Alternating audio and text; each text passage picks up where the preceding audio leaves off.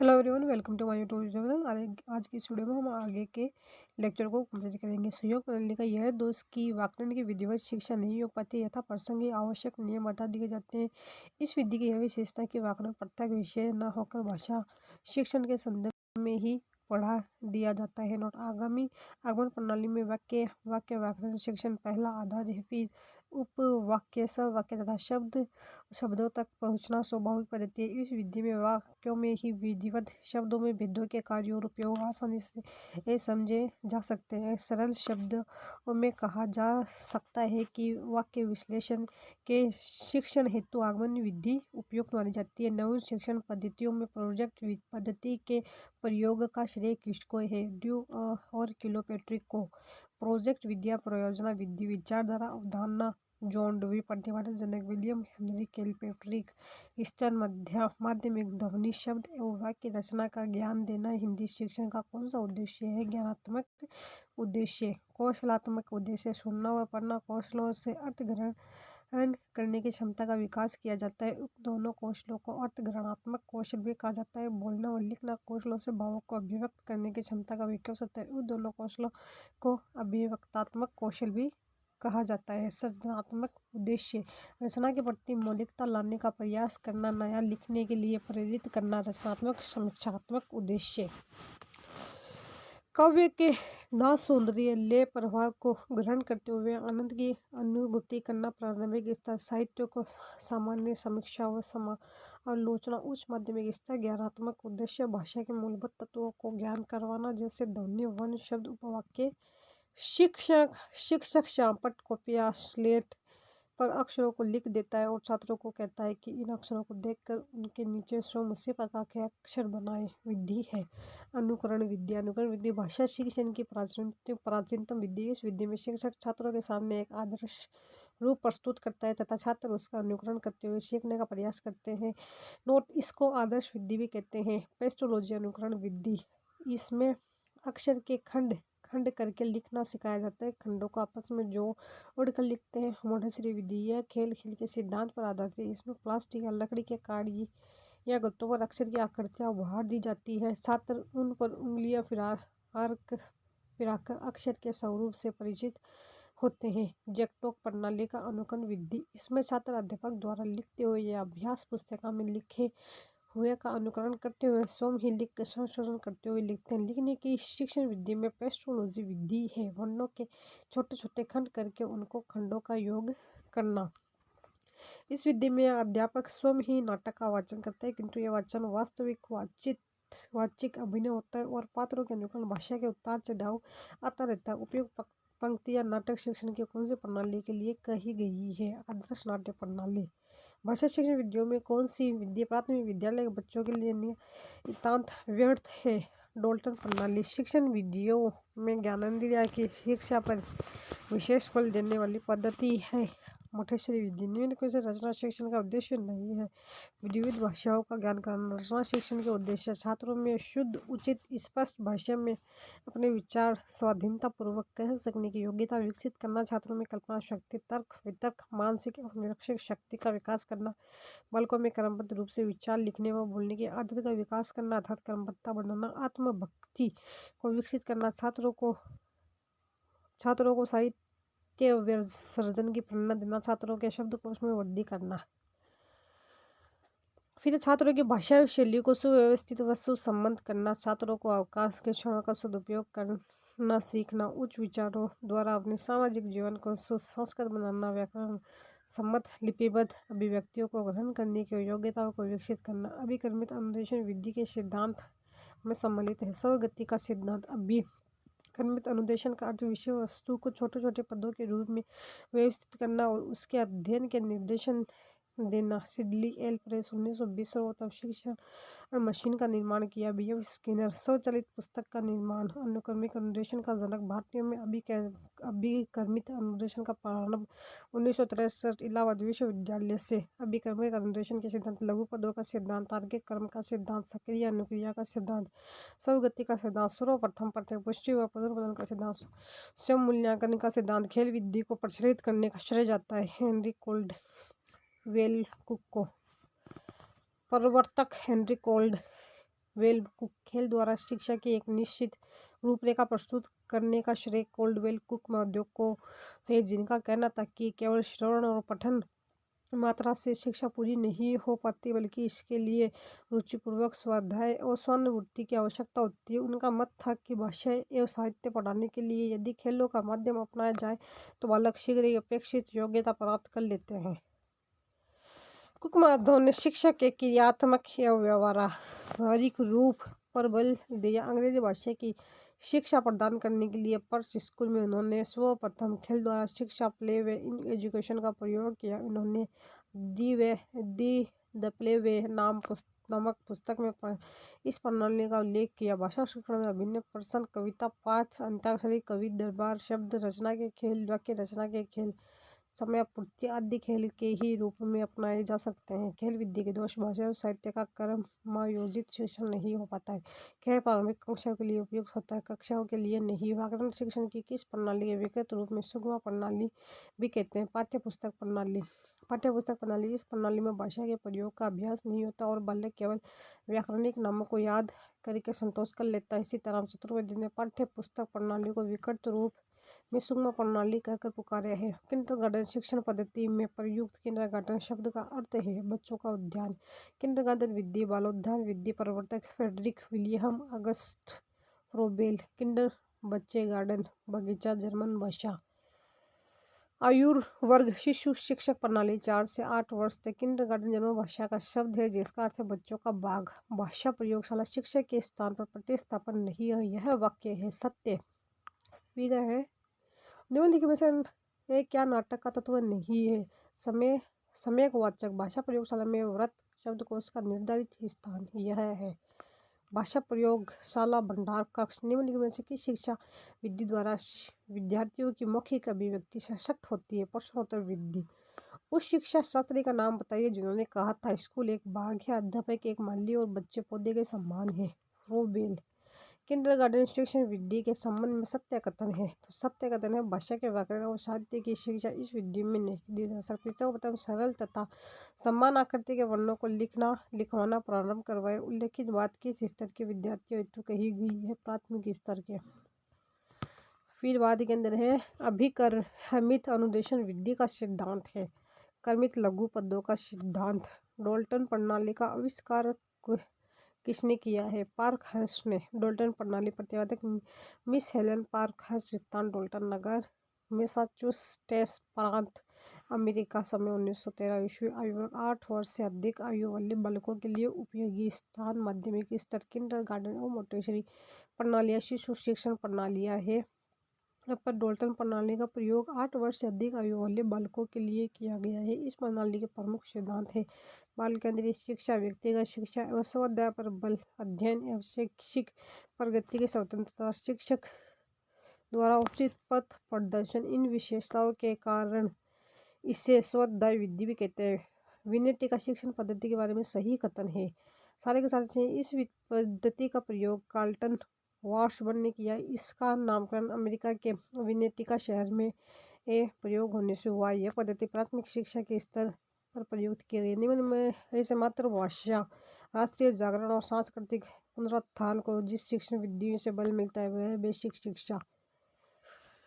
Basic शिक्षा या बुनियादी शिक्षा प्रवर्तक है महात्मा गांधी। स्थान वर्धा महाराष्ट्र। अक्टूबर 1937। महात्मा गांधी जी ने ब्रिटिश कालीन शिक्षा के अनिष्टकालीन प्रभावों से राष्ट्र को मुक्त करने तथा शिक्षा को भारतीय जीवन आवश्यकताओं से संबंधित करने के लिए इस प्रणाली के सिद्धांतों को प्रवर्तक किया। 31 जुलाई 1937 के हरिजन अंक के एक लेख में उन्होंने लिखा कि शिक्षा से मेरा अभिप्राय बालक के सर्वोत्तम शारीरिक, बौद्धिक एवं आध्यात्मिक तत्वों के विकास से साक्षरता शिक्षा नहीं है। शिक्षा का आरंभ साक्षरता से नहीं अपितु किसी उपयोगी उद्योग या शिल्प से होना चाहिए। अक्टूबर 1937 को मारवाड़ी हाई स्कूल वर्धा की रजत जयंती के अवसर पर आयोजित वर्धा सम्मेलन की अध्यक्षता सभापतित्व करते हुए महात्मा गांधी ने बुनियादी शिक्षा की शुरुआत की, जिसको वर्धा योजना के नाम से भी जाना जाता है।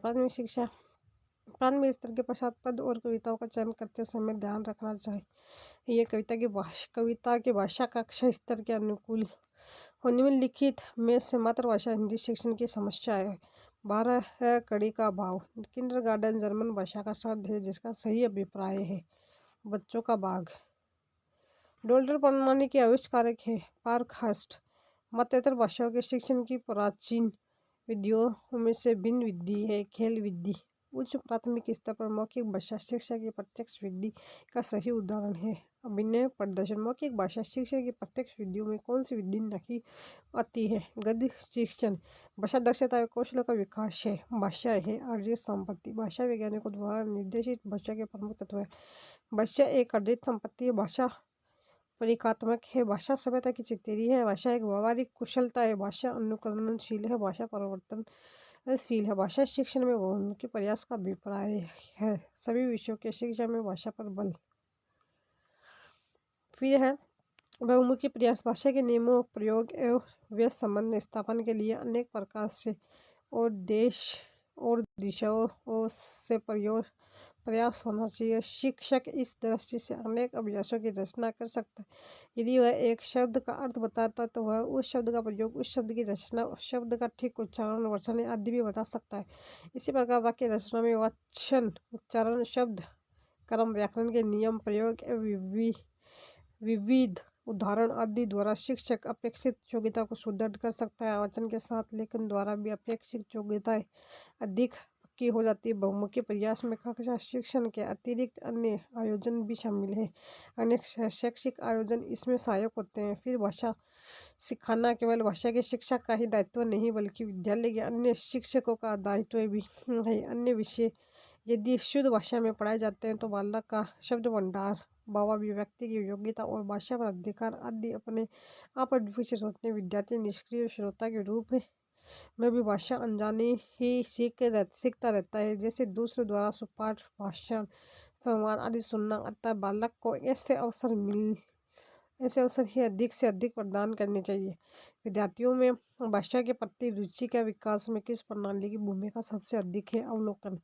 भाषा शिक्षक का विशेष अनिवार्य गुण है शुद्ध उच्चारण। भाषा शिक्षक के विशेष अनिवार्य गुण विस्तृत ज्ञान, भाषा मातृभाषा के प्रति रुचि, लगन, भाषा के तत्वों का ज्ञान, कौशल अभिव्यक्ति, शब्द ज्ञान, सरल और सुस्पष्ट भाषा उच्चारण की शुद्धता, सद्व्यवहार, सहानुभूति, सहयोग, अन्य विषयों की जानकारी, मनोविज्ञान का ज्ञान, दर्शन शास्त्र का ज्ञान। एक अच्छे शिक्षक के गुण एवं विशेषताएं। व्यक्तिगत गुण। स्वयं का व्यक्तित्व धैर्यवान एवं सहिष्णु, अपने विषय में रुचि, आत्मविश्वास, स्पष्टवादिता, सकारात्मक दृष्टिकोण। पेशागत गुण। अपने विषय का ज्ञान, ज्ञान संचय की इच्छा, बाल मनोविज्ञान का ज्ञान, व्यावहारिक दृष्टिकोण, विभिन्न शिक्षण विद्या का ज्ञान, नवीन मूल्यांकन प्रणाली का ज्ञान, पाठ्यक्रम सहगामी क्रियाओं का ज्ञान, अन्य विषयों का ज्ञान, वैज्ञानिक अनुसंधान में रुचि। सामाजिक गुण। नेतृत्व की क्षमता, निष्पक्ष दृष्टिकोण, सामाजिक भावना, नवीन संस्कृति का ज्ञान। एक शिक्षक की स्कूल में विभिन्न भूमिकाएं। शिक्षक दार्शनिक, अनुसंधानकर्ता, नेता, प्रबंधक व मार्गदर्शक के रूप में होती है। भाषा में बिंब के प्रकार होते हैं। बिंब के भेद या प्रकार। एक केंद्रीय बिंब, चाक्षुष बिंब, श्रव्य या नादात्मक बिंब, काल्पनिक बिंब, स्मृति बिंब, कल्पित बिंब, प्रेरक अनुभूति के आधार पर बिंब, सरल बिंब, मिश्रित बिंब, स्पर्श्य बिंब, तात्कालिक बिंब, दाघातव्य बिंब, संकुल बिंब, आस्वाद बिंब, भावातीत बिंब, विकर्ण बिंब। बालक परिवार में रहकर कैसी भाषा सीख जाता है? बोलचाल की भाषा। बालक परिवार का सामान्य बोलचाल की भाषा सीखता है। भाषा की दृष्टि से रचना के कितने प्रकार होते हैं?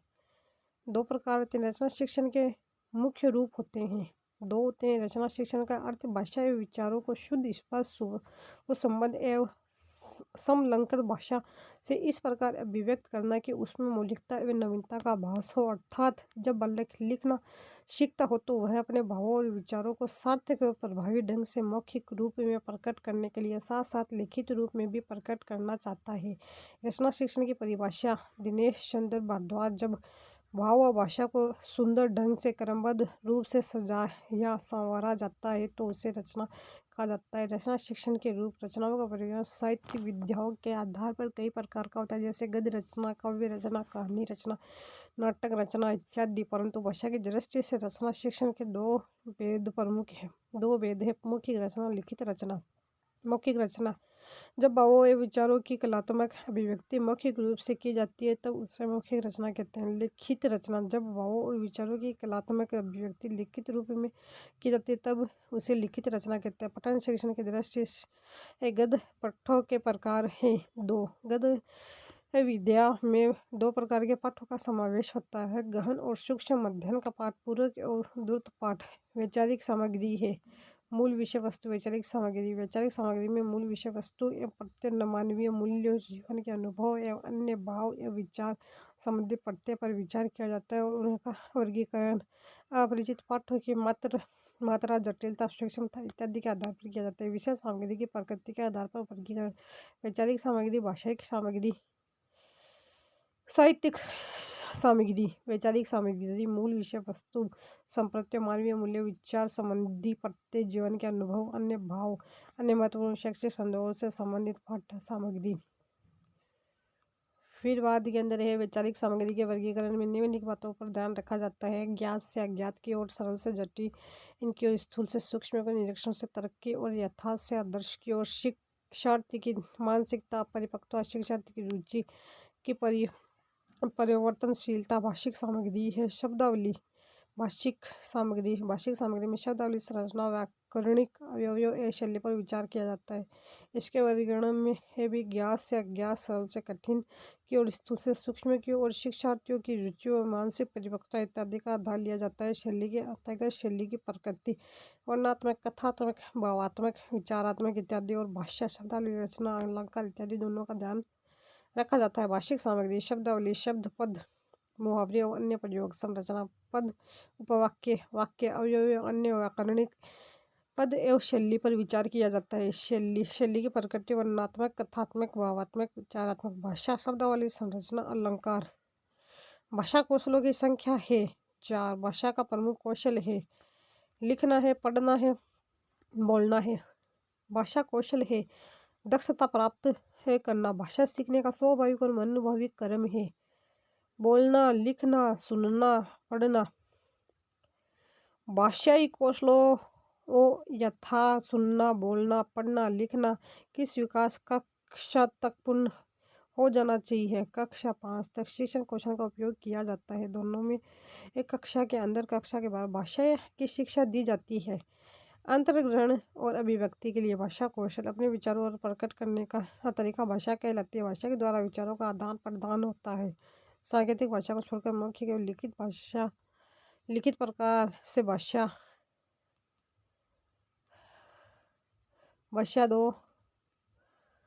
भाषा दो प्रकार की होती है। किसी भी भाषा में दक्षता प्राप्त करने हेतु क्रमबद्ध अध्ययन, अत्यावश्यक क्रमबद्ध अध्ययन से ही भाषा का संपर्क विकास हो पाता है। विभिन्न शिक्षा शास्त्रियों और मनोवैज्ञानिकों ने भाषा शिक्षण के 4 कौशल बताए हैं।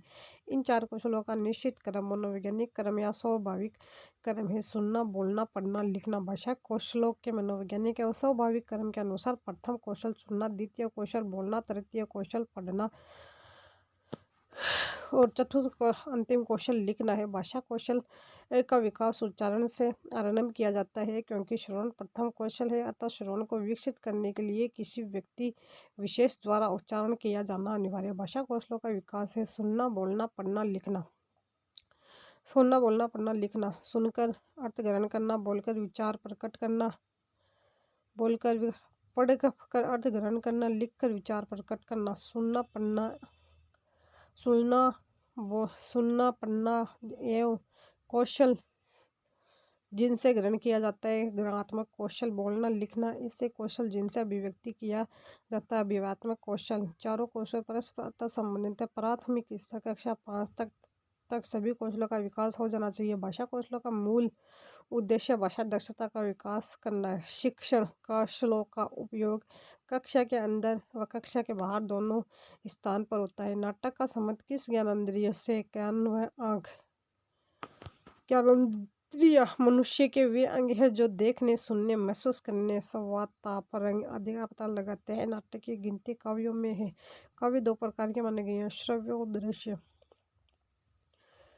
मानव द्वारा देखकर, सुनकर नाटक का अनुभव किया जाता है, अतः आँखों और कान की ज्ञानेंद्रियों से नाटक का संबंध है। भाषा दक्षता का प्रारंभिक कौशल है सुनना। भाषा कौशलों में सबसे पहले किस कौशल का विकास करना चाहिए?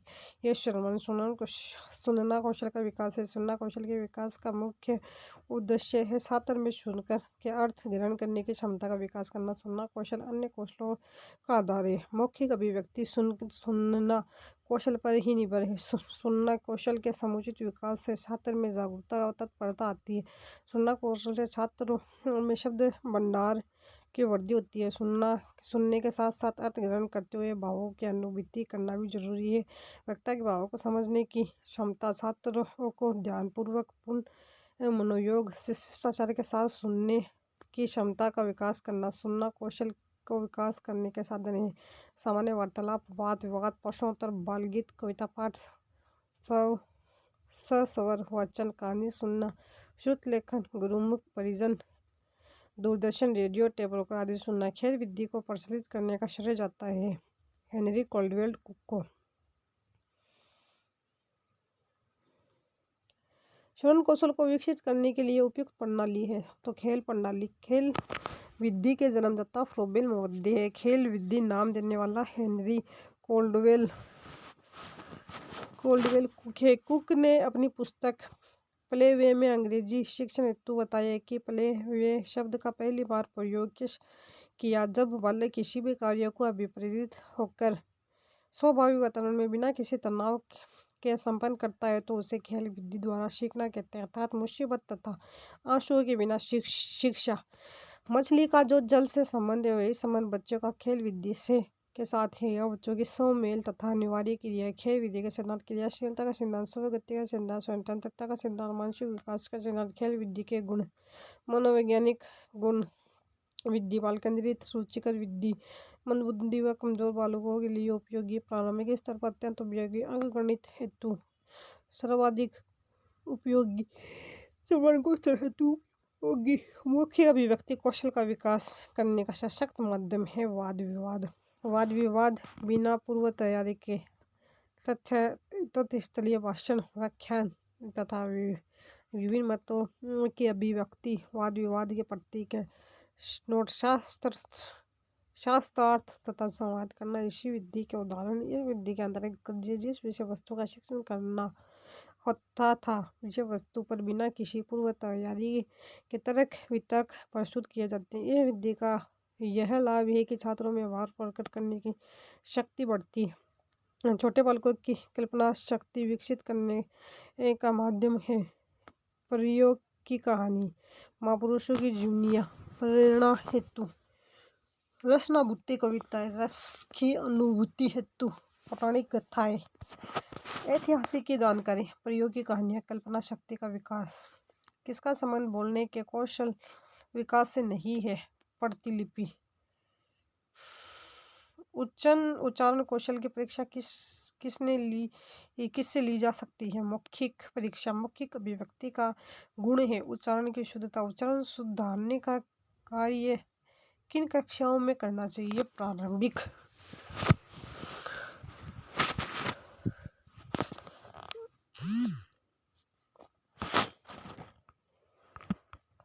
इन्होंने बोलना कौशल, मौखिक अभिव्यक्ति, कथन कौशल, भाषण कौशल, अपने विचारों को वाणी के माध्यम से अभिव्यक्त करना ही मौखिक अभिव्यक्ति है। यदि कोई छात्र सही ढंग से उच्चारण नहीं कर पा रहा तो उसका धैर्य के साथ सहज अभिव्यक्ति के लिए प्रेरित करना चाहिए। उच्चारण सुधारने का कार्य प्रारंभिक स्तर तक हो जाना चाहिए। मौखिक अभिव्यक्ति के लिए निम्नलिखित तत्व का होना चाहिए: प्रवाह, पूर्णता, बोधगम्यता, क्रमबद्धता, तारतम्यता, उचित गति, भाषा में लचक, ओजस्वता, सशक्तता, उचित हाव भाव, भाषा विषयानुकूल, स्वाभाविकता, बनावटीपन नहीं, स्पष्टता, सस्वर वाचन, उच्चारण की शुद्धता।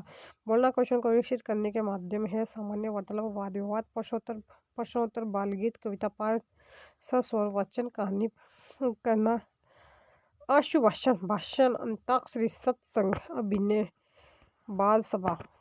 साइलेंट रीडिंग किसकी रचना है? ब्राइन। साइलेंट रीडिंग प्रसिद्ध मनोवैज्ञानिक ब्राइन की रचना। इसमें ब्राइन ने मौन पठन के विषय में कहा है कि मौन पठन अल्प व्ययी तथा दैनिक जीवन की क्रियाओं के लिए उत्तम पद्धति है।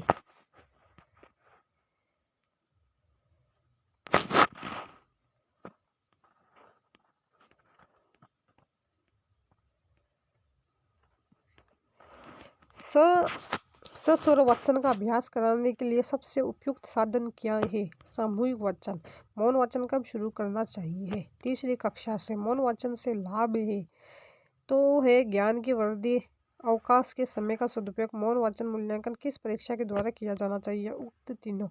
पूर्ति पूर्ति परीक्षा, सत्य परीक्षा, बहुविकल्प परीक्षा। मौन पठन का लाभ है स्वाध्याय की प्रवृत्ति विकसित होती है। निम्नलिखित सामग्री को मन ही मन बिना आवाज किए चुपचाप पढ़ना कहलाता है मौन वाचन। प्राथमिक स्तर पर वाचन का मुख्य उद्देश्य शुद्ध उच्चारण क्षमता का विकास, द्रुत पाठ है तो ये है बोनस अंक। मौन वाचन का प्रकार है द्रुत वाचन। अर्थग्रहण के कौशल के विकास के लिए अधिक उपयोगी है मौन वाचन। वाचन कौशल का विकास, पढ़ना कौशल, लिपिबद्ध विचारों को अर्थ ग्रहण करते हुए मन ही मन पढ़ना या वाणी द्वारा अभिव्यक्त करते हुए पढ़ना ही वाचन कौशल है। वाचन के भेद दो हैं, सस्वर वाचन, मौन वाचन। सस्वर वाचन लिखी हुई बातों को अर्थ ग्रहण करते हुए बोलकर पढ़ना व्यक्तिगत सस्वर वाचन। एक समय में एक ही करता है आदर्श वाचन। शिक्षक द्वारा त्रुटि रहित वाचन करना अनुकरण वाचन। यह छात्रों द्वारा किया जाता है एक बार में एक छात्र द्वारा। सामूहिक सस्वर वाचन, समन्वित सस्वर वाचन। इसमें छात्र मिलकर एक साथ वाचन करते हैं। यह संकोचित छात्रों के लिए अति उपयोगी है। सस्वर वाचन के उद्देश्य शुद्धता के साथ उच्चारण की क्षमता का विकास, उचित गति का अवरोह के साथ वाचन की क्षमता का विकास, विराम चिन्हों के ध्यान रखते हुए वाचन की क्षमता का विकास, भावों को अनुकूल वाचन की क्षमता का विकास। मौन वाचन लिपिबद्ध विचारों को बिना वाणी प्रदान किए मन ही मन पढ़ना। गंभीर वाचन गहराई से एकाग्रता के साथ पढ़ना। द्रुत वाचन, त्वरित वाचन, पढ़ने की गति के विकास हेतु तीव्र गति से पढ़ना, जैसे कहानी, कविता, नाटक व सहायक पुस्तकें इत्यादि से तीव्र गति से पढ़ना। व्यंग वाचन, विहंगावलोकन, अनावश्यक स्थलों को छोड़ते हुए मुख्य सूचनाओं एवं भावों को ग्रहण करते हुए पढ़ना। मौन वाचन के उद्देश्य तीव्र गति से पढ़ने की क्षमता का विकास, कम समय में अधिक विषय वस्तु को आत्मसात करने की क्षमता का विकास, चिंतन व मनन की क्षमता का विकास, स्वाध्याय की आदत का विकास, अवकाश के समय सदुपयोग, निष्कर्ष व सारांश निकालने की क्षमता का विकास, किसी भी भाषा को समझने के लिए सर्वाधिक महत्वपूर्ण। मौन वाचन वाचन की विधियाँ, अक्षर बोध या वर्णमाला विधि। इसमें छात्र को पहले वर्णों का ज्ञान करवाया जाता है, उसके बाद में शब्द व वाक्यों को पढ़ना लिखना सिखाया जाता है। वर्ण, शब्द, उपवाक्य, वाक्य। इसमें वाचन की इकाइयाँ आरोही क्रम में होती है। इस विधि में क्रमबद्धता तो होती है लेकिन यह मनोवैज्ञानिक विधि नहीं है, समय भी ज़्यादा लगता है। शब्द विद्या, चित्र विद्या, देखो और कहो विधि। इसमें पहले शब्द को पढ़ना सिखाया जाता है। इसमें कुछ चित्र होते हैं, उनके नीचे उनके नाम होते हैं। छात्र चित्रों को देखकर शब्दों को पढ़ना सीखता है। यह रुचिकर विधि है। वाक्य विधि, इस विधि में पहले वाक्यों को पढ़ना सिखाया जाता है, उसके बाद में शब्द व वर्ण पढ़ने सिखाए जाते हैं। वाचन की इकाइयाँ अवरोही क्रम में होती है। शब्द विधि का ही विकास और विकसित रूप है। यह एक रुचिकर व सर्वाधिक मनोवैज्ञानिक विधि मानी गई है। कहानी विधि, 4-5 वाक्यों की सहायता से कहानी बनाकर पढ़ना सिखाया जाता है। ध्वनि साम्य विधि प्रवर्तक C.J. डॉडसन। इस विधि में समान उच्चारित होने वाली ध्वनियों का समूह बनाकर शिक्षण करवाया जाता है, जैसे चरम, क्रम, धर्म इत्यादि। साचार्य संगति विधि प्रवर्तक है मैडम मारिया मटेश्वरी। इस विधि में शब्द व चित्र में साचार्य करके शिक्षण करवाया जाता है, इसलिए इसे चित्र मिलान विधि भी कहा जाता है। फिर बाद में लिखना सिखाने से पूर्व बालकों को चित्रकला सिखाना चाहिए, क्योंकि अक्षर भी चित्र ही है। इस मत का समर्थन किया है महात्मा गांधी ने। लिखाई का कार्य पढ़ाई के कार्य से पूर्व शुरू होना चाहिए, क्योंकि लिखाई पढ़ाई की अपेक्षा सरल है। लेखन शिक्षण के संदर्भ में यह मत व्यक्त किया है श्रीमती मटेश्वरी ने। भाषाई कौशल का लिखित अभिव्यक्त रूप है लिखना। श्रुत लेख से किस कौशल का अधिक विकास होता है? श्रवण लेखन।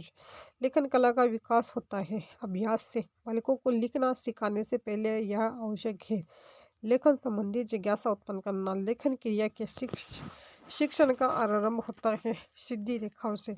लिखित भी व्यक्ति का साधन नहीं है वाद विवाद। असंगत शब्द है तो ये बोनस अंक है। फिर बात करें वर्तनी की विधिवत शिक्षा का ज्ञान किस स्तर पर हो जाना चाहिए, प्राथमिक स्तर पर। फिर है लिखना कौशल लेखन। लेखन शब्द लेखन कौशल के विकास का अर्थ है छात्र में लिख कर अपने भावों को, विचारों को लिख कर अभिव्यक्त करने की क्षमता का विकास। लेखन कौशल के विकास के लिए लेखन तंत्र का सही होना जरूरी है। लिखने के लिए हाथ, लेखन लेखन सामग्री, नोटबुक इत्यादि व्याकरण का सामान्य ज्ञान हो, लिपि व शब्दावली का ज्ञान जरूरी है। शुद्धता व स्पष्टता के साथ लेखन हो, लिखन एक ही तत्परता होनी चाहिए। सुनकर लिखने की क्षमता का विकास। छात्रों में लिखने से पहले लेखन जिज्ञासा उत्पन्न करना। लेखन कार्य का प्रारंभ सीधी रेखा से होना चाहिए। लेखन हेतु अधिक से अधिक अभ्यास लेखन कौशल को विकसित करने के साधन। पत्र लेखन, निबंध लेखन, नाटक लेखन इत्यादि। सुलेख, सुलेख का अर्थ है सुंदर लेखन। सुलेख यह है ध्यान रखा जाता है कि अक्षर की बनावट उचित हो, सुडौल हो, शीर हो और रेखा का सही जगह प्रयोग हो, शब्दों के बीच में उचित दूरी है। शुद्ध लेखन का अभिप्राय सुनकर लिखना। अनुलेखन लेख किसी आदर्श पंक्ति का अनुसरण कर के वैसी पंक्तियां नीचे लिखना। प्रतिलेख यह अनुलेख का एक ही विकसित रूप है। इसमें छात्र किसी पुस्तक या पत्र पत्रिका आदि से पूरे गद्यांश की नकल करके लिखता है। अनुलेख व प्रतिलेख में सुलेख का भी ध्यान रखा जाता है। फिर बाद में छात्रों के शब्द भंडार में वृद्धि करने का उपाय है। तो सभी शब्दकोश का उपयोग छात्रों में स्वाध्याय की प्रवृत्ति को बढ़ाना। शिक्षक द्वारा अच्छे व नए शब्दों का प्रयोग भाषा दक्षता कौशल विकास किया जा सकता है। सभी से किया जाता है। शुद्ध उच्चारण के माध्यम से लिपि व वर्तनी का सही ज्ञान करवाकर शब्द रचना का ज्ञान करवाकर भाषा दक्षता का विकास है। शुद्ध उच्चारण, लिपि व वर्तनी का सही ज्ञान, शब्द भंडार व शब्द रचना का ज्ञान, वाक्य रचना शिक्षण। शब्द रचना का ज्ञान करवाना, मुहावरे और लोकोक्तियाँ का प्रयोग, विराम चिन्हों का प्रयोग, व्याकरण शिक्षण। भाषा प्रयोग एक कौशल से संबंधित पक्ष नहीं है। भाषा ज्ञान गम्य कौन सी अशुद्ध वर्तनी का कारण नहीं है। जलवायु प्रारंभिक अवस्था में बालक भाषा सीखता है। श्रवण, निरीक्षण, अनुकरण द्वारा छात्र शिक्षक के आदर्श वचन को ध्यानपूर्वक सुनता है और उसका निरीक्षण कर अनुकरण करके सीखता है। शिक्षकों को बालक की रुचि का सदैव ध्यान रखना चाहिए। जब बालक की रुचि पढ़ने की ओर नहीं हो तो उसे नहीं पढ़ना चाहिए। इससे उसके विचारों में बाधा पहुंचती है। पाठ पढ़ाने से पूर्व उन्हें पाठ में बालकों की रुचि पैदा करनी चाहिए। उपयुक्त कथन भाषाई कौशल में किसका है? हर्बर्ट का। राष्ट्रपति महात्मा गांधी द्वारा प्रवर्तित बेसिक शिक्षा का एक प्रमुख सिद्धांत है मातृभाषा के माध्यम से शिक्षा प्रदान करना। निम्न में से कौन से बोलने की योग्यता है? आशु भाषण।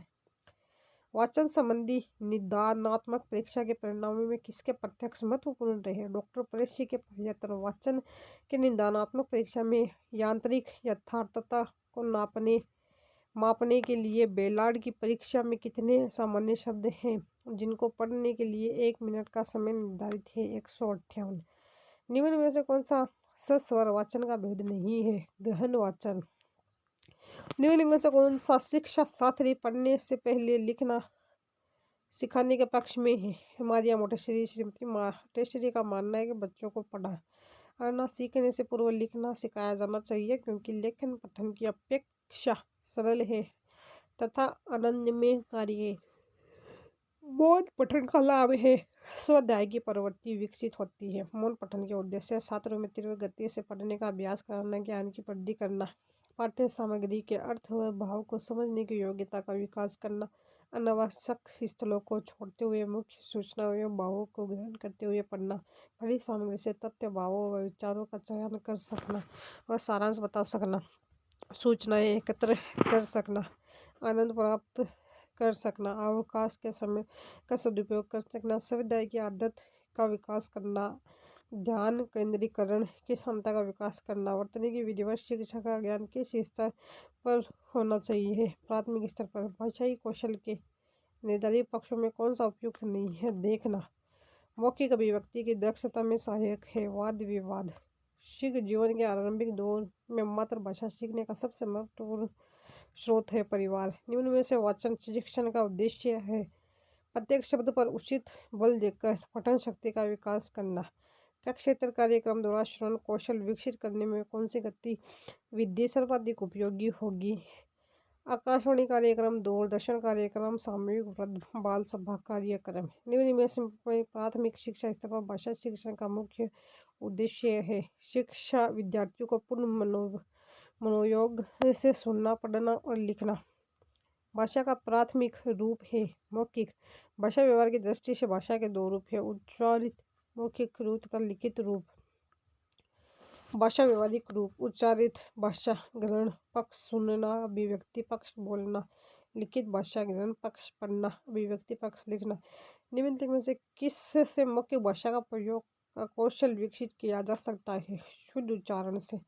सुलेख के लिए यह सर्वश्रेष्ठ है। प्रतिलेख, श्रुतिलेख, अनुलेख। लेखन के प्रकार: सुलेख, अनुलेख, श्रुतलेख। सुलेख, सुंदर लेख को सुलेख कहते हैं। सुलेख का लेख कौशल शिक्षण में विशेष स्थान है। अनुलेख, किसी आदर्श लिखाई का वैसा अनुकरण करना अनुलेख या अनुलिपि कहलाता है। इसमें छात्र शिक्षक के आदर्श लेख का बिल्कुल वैसा अनुकरण करते हैं। प्रतिलेख अनुकूल का ही विस्तृत रूप है। श्रुतलेख, श्रुतलेख में छात्र सुनी हुई ध्वनियों को लेखनीबद्ध करते हैं। अनुलेख में छात्र के सामने मुद्रित वर्ण होते हैं, परंतु श्रुतलेख में इस नमूने का अभाव होता है। श्रुतलेख में सुंदर लेख का इतना महत्व नहीं जितना भाषा की शुद्धता का है। बेसिक शिक्षा प्रणाली में भाषा की शिक्षा निम्नलिखित में से किस माध्यम में दी जा सकती है? सामाजिक पर्यावरण से। भाषा शिक्षण के संदर्भ में व्यक्तिगत अनुदेशन प्रणाली की क्या सीमा है? यह शिक्षण प्रणाली अधिक विद्यार्थियों वाली बड़ी कक्षा में अध्यापन के लिए उपयोगी नहीं है। भाषा कौशलों में ऐसे अभिव्यक्त कौशल है: बोलना और लिखना। भाषा व्यावहारिक रूप: उच्चारित भाषा ग्रहण पक्ष सुनना, अभिव्यक्ति पक्ष बोलना। लिखित भाषा ग्रहण पक्ष, अभिव्यक्ति पक्ष लिखना। अनुलेख किस भाषा से संबंधित है? लेखन। सस्वर वाचन का गुण है उचित ध्वनि निर्गम। सस्वर पठन के उद्देश्य: वर्णमाला के सभी वर्णों की पहचान कर पढ़ना, श्रोताओं की संख्या व अवसर के अनुकूल वाणी को नियंत्रित करना, वाक्यों को समुचित रूप से पढ़ पाना, उचित लेख के साथ कविता का पठन कर सकना, स्पष्ट व शुद्ध उच्चारण के साथ पढ़ सकना, उचित वाचन मुद्रा हाव भाव अवरोह के साथ पढ़ सकना, कविता का रसा स्वादन करने के योग्य बनना। मोटेसरी शिक्षण विधि के संबंध में सत्य कथन है। मोटेसरी विधि में पढ़ने से पहले लिखना सिखाया जाता है। प्रवर्तक है डॉक्टर मारिया मोटेसरी। स्थान है इटली। समय है 1907। आयु शिक्षा प्रणाली 2.5 से 6 वर्ष तक के लिए। स्कूल इटली के सेनोरोंजी नगर में 6 जनवरी 1907 ईस्वी को खोलकर किया गया। प्रथम अंतर्राष्ट्रीय मोटेसरी प्रशिक्षण पाठ्यक्रम का आयोजन 1913 ईस्वी में हुआ था। मोटेसरी महोदय के अनुसार शिक्षक द्वारा बालक को स्वतंत्र वातावरण में स्वयं विकास का पूरा अवसर देना चाहिए, जिससे वे रुचिपूर्वक अपनी गति के अनुसार कार्य करते रहें और अपने व्यक्तित्व का विकास कर सकें। मोरिया मोटेसरी ने कहा है कि बालकों की निसंगति सिद्ध प्रकृति सिद्ध अभिव्यक्ति की स्वतंत्रता ही मेरी शिक्षा प्रणाली का मूल आधार है। स्वयं विकास के लिए मोटेसरी ने खेल और क्रिया के सर्वोत्तम साधन माना है और अनेक शिक्षा उपकरणों एवं खेलों का प्रवर्तन भी किया है। प्रत्येक बालक की रुचि, शक्ति एवं मानसिक प्रवृत्ति भिन्न होती है, अतः उसकी व्यक्तिगत विशेषताओं को ही मोटेसरी ने शिक्षा का आधार माना है। मोटेसरी महोदय ने ज्ञानेंद्रियों की शिक्षा पर विशेष बल दिया है, क्योंकि वस्तु का परिचय और ज्ञान ज्ञानेंद्रियों द्वारा ही होता है। मोटेसरी अनुसार शैक्षिक उपकरणों में खेलने और काम करने में बालक स्वतः ही पढ़ने की ओर अभिमुख होते हैं, अतः उन्होंने इस प्रकार के कुछ अभ्यास एवं कार्य जोड़ दिए जिनसे बालक इन विषयों की शिक्षा की ओर प्रवृत्त हो सके। लिखना मोटेसरी प्रणाली के अनुसार लिखने की शिक्षा पढ़ने की शिक्षा से पहले दी जाना चाहिए। लिखने की शिक्षा इस प्रणाली की प्रशंसनीय विशेषता है। लगभग 4 वर्ष की अवस्था तक शिशु अंगुलियों के संचालन में कुछ नियंत्रण प्राप्त कर लेता है। इस समय कुछ खेलों के क्रियाओं के माध्यम से वह लिखना सीखता है। लिखने की शिक्षा में 3 क्रियाएं आवश्यक है: कलम पेंसिल आदि पकड़ने का अभ्यास, अक्षरों का स्वरूप समझने का अभ्यास, उच्चारण द्वारा अक्षरों का ज्ञान। पढ़ना मोटेसरी प्रणाली में पढ़ने की क्रिया लिखने के बाद आती है। बालक लिखना सीखते ही अक्षरों तथा अनेक शब्दों के उच्चारण से परिचित हो चुके होते हैं। अब उन्हें एक डिब्बा दिया जाता है जिसमें कार्डबोर्ड से बने हुए 3 या 4 की संख्या में अक्षर होते हैं और वे निश्चित खानों में लगे रहते हैं। शिक्षिका शब्द है कि प्रत्येक अक्षर का सावधानी पूर्वक स्पष्ट उच्चारण करते हुए उस शब्द को बोलती है। बालक अपने डिब्बी में शिक्षिका के उच्चारण के अनुसार ही अक्षरों को छांटता है और क्रम में रखते हुए शब्द रचना करता है और उन्हें शिक्षिका के सम्मुख पढ़ना रहता है। इसी प्रकार के पढ़ने का अभ्यास हो सकता है। लिखना पढ़ना सीखने की दृष्टि से मातोश्री प्रणाली उत्तम है। इनमें से भाषा शिक्षण के मूल उद्देश्यों में भाषाई दक्षताएं प्राप्त करने का आधार होती है। कक्षावार भाषाई दक्षताएं, पारिवारिक पृष्ठभूमि की भाषाई दक्षताएं। इनमें से द्रुत वचन किसका प्रकार है? मौन वचन का। इनमें से अशुद्ध वर्तनी का कारण है व्याकरण, अधूरा ज्ञान। फिर है विद्यार्थियों को पुस्तक के माध्यम से भाषा की मूल ध्वनियों एवं लिपि का ज्ञान कराकर उन्हें पढ़ने लिखने के कौशल में दक्ष किया जाता है। इस विधि को कहा जाता है पाठ्य पुस्तक विधि। सुंदर अनुलेख की आवश्यक शर्त क्या है? अनुलेख में अक्षरों की बनावट वैसी ही होनी चाहिए जैसी कि आदर्श लेख में हो। जटिल विधि किस भाषाई दक्षता के विकास में प्रयुक्त होती बोलने से जटिल विद्या दृष्ट लेख विधि। इस विधि के अंतर्गत छात्र अध्यापक द्वारा श्यामपट्ट पर लिखे गए शब्दों को देखकर लिखने का अभ्यास करता है अथवा अपनी पाठ्य पुस्तक में देखकर लिखने का अभ्यास करता है। यह विधि विश्व करके सीखना शिक्षण सिद्धांत पर आधारित है। प्राथमिक स्तर पर लेखन शिक्षण के लिए श्रेष्ठ विधि है। इस विधि में बच्चों के सामने पूरा वाक्य प्रस्तुत किया जाता है। बालक अनुवाकरण करते हुए वाक्य के एक एक शब्द लिखते हैं। पूरे वाक्य को लिखकर उस वाक्य के मूल्यों से मिलाया जाता है तथा उसकी शुद्धता की सुनिश्चित किया जाता है। अंत में शिक्षक छात्रों को स्मृति के आधार पर पूरा वाक्य लिखने के लिए कहता है। इसमें प्रश्न का उत्तर विकल्प 4 हो जाएगा, लेकिन बोर्ड ने इसमें बोनस दिया है। इसी के साथ हम कंप्लीट करते आगे हम नेक्स्ट वीडियो के अंदर देखेंगे।